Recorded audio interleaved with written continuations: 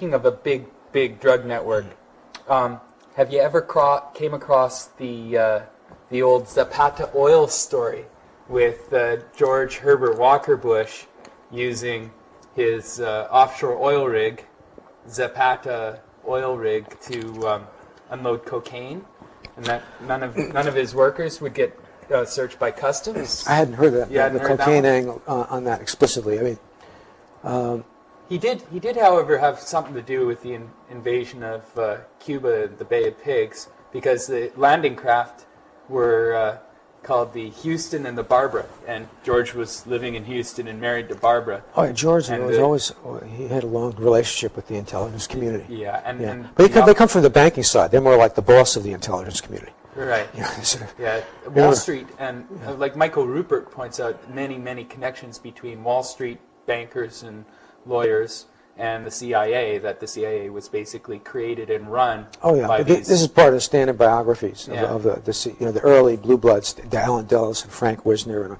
they all come from Wall Street law firms. Sullivan and Cromwell was a key firm, U.S. firm that basically brokered the relationship between I.G. Farben, which was the backbone of the Nazi war machine, the big munitions, chemical dye, pharmaceutical monopoly, of which Sandoz was gobbled up by. Right, in the 20s.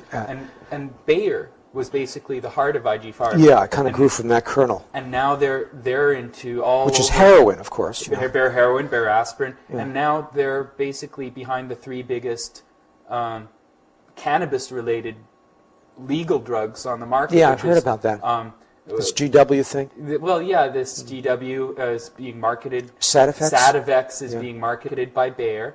And also they're into Romanabant, which is the kind of the anti-pot, the buzzkill technology that stops you from getting high. There's some potential. Yeah, well, they also want to use it to stop inclination toward overeating. Well, that's the excuse, but I can see they're going to be like giving kids their injection of. I'm not saying that's a good thing that you should, do, but that gets into that whole subject of the circuitry that science is uncovering now, which to me is fascinating. We have our own pot that our body churns out, the anandamide, that I guess is naturally found in us for a reason, and then cannabis just mimics that, so we can control our levels of, I guess, stimulation and relaxation, euphoria, time, slow, performance enhancement. Well, so many different things. That's it affects so many different parts of the brain. But I think what's fascinating to me is the light it sheds on the healing, because what involves the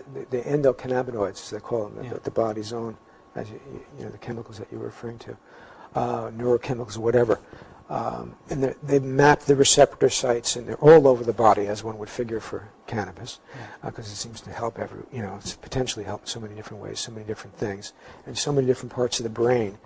But it seemed to involve what they call in the Scientific American article is retrograde signaling, a very peculiar way of signaling. And the question is, what's being signaled? And I think from reading Candace Pert, Dr. Candace Pert, who discovered the opium receptor site, and she was the first big breakthrough there.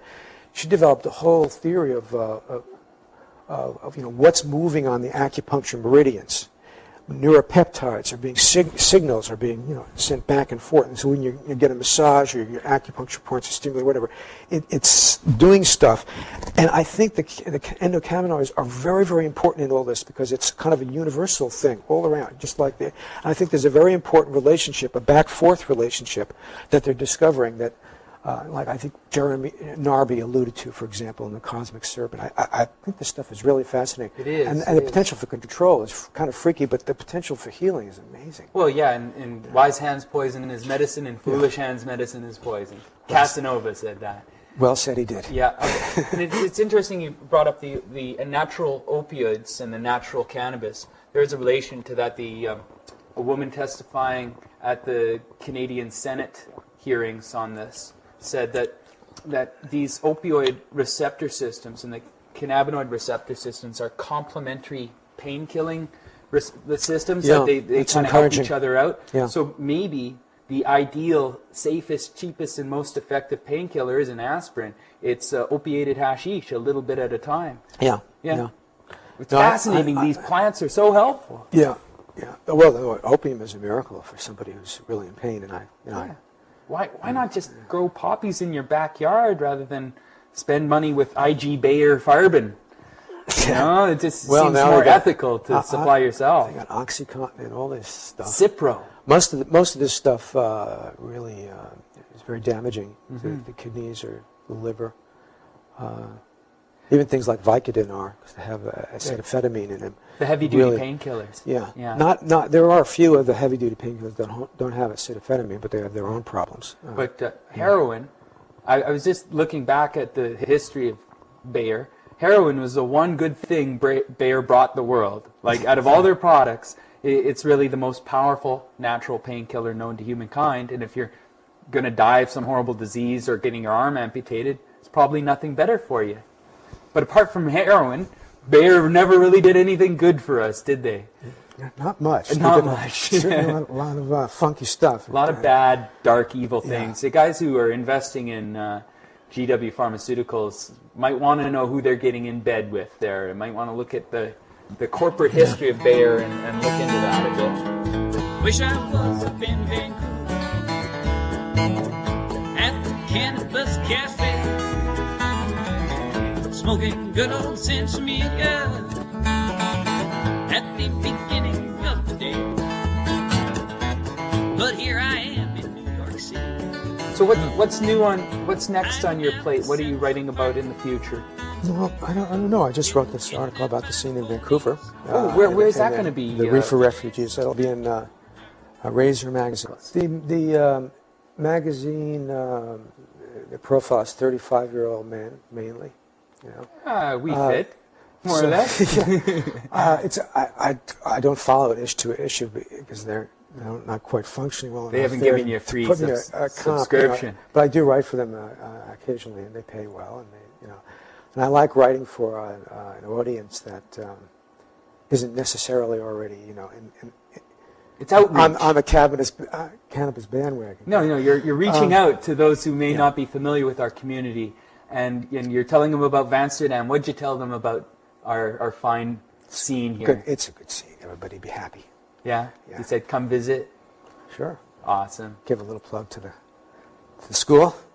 Oh, yeah, the Drug War History School. You have to come by there later and check up how it's been evolving. Yeah, okay. That'll be fun. Yeah, and I look forward to hearing your discussion of the European mescaline circles of the 20s, 30s, and 40s. One of the things that really interests me there is the fascist connection to Go into this that stuff. a little bit. Well, okay, Julius Evola, the Italian Dadaist, who emerged as a key figure and as a Nazi-fascist influence on Mussolini's regime. I mean, Evola he wrote the race laws in 1938. What was his name? Julius Evola, hardcore anti-Semitic, but he's also very much of an Orientalist, and he was tight with René Guénon, he's sort of an Arabist, traditionalist. Evola is seen as a traditionalist, but very much an influence on the Italian neo-Nazi and neo-fascist scene. Post-World War II, he stays, having his long history. He's like the Junger of Italy, and there's kind of a misogynist edge to him. It's a weird. What he writes his book like, metaphysics of sex and about tantric yoga and whatnot, and people don't know what his political background is. So and he had taken mescaline and wrote about it. And it was part of. I've not read what he wrote about it, but I was told by some of his disciples that he and Guénon took mescaline, and that he had talked about it to them. Right. So kind of promoted psychedelics and fascism. Looked at it as just looked at psychedelics as an important thing by itself. As something that's, Isn't that interesting? But they looked at it in a very elitist way. Only the Olympians, the Titans, the Evolians. Right. It's a mind tool for not the common man. Yeah, exactly. It's funny. Some of people you wouldn't suspect are great artists were also fascists, like Salvador Dali, for example. No. Yeah. Apparently Picasso was on the left, so was Dali. Picasso was on the left. Dali was supporting the regime, supported Franco. That's what I read. When?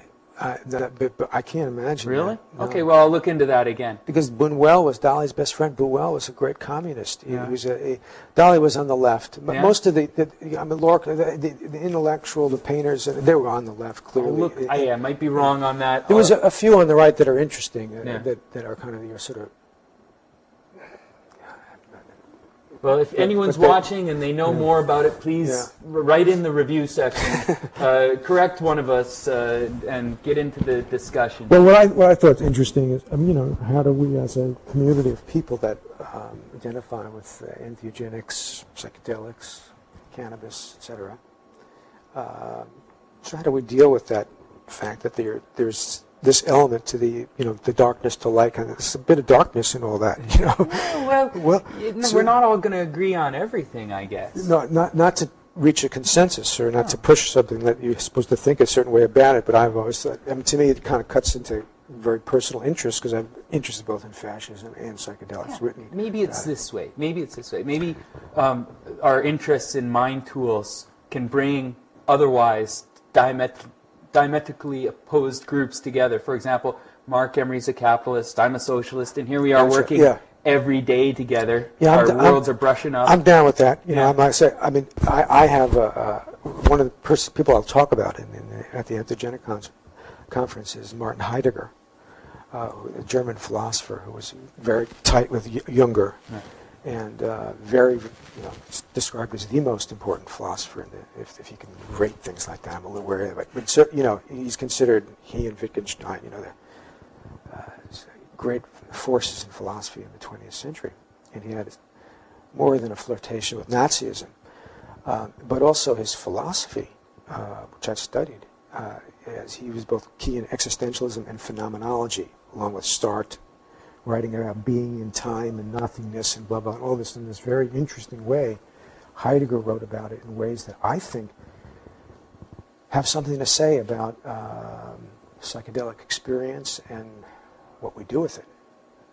That's important, which is, weird thing, You can learn something from someone who has a complete opposite view than you do. You can just be open to learning something from everybody. And I've learned lots from you. Thank you for being on the show again. We'll put your links to your stuff up on the info page down there. This is a good man, this David. I feel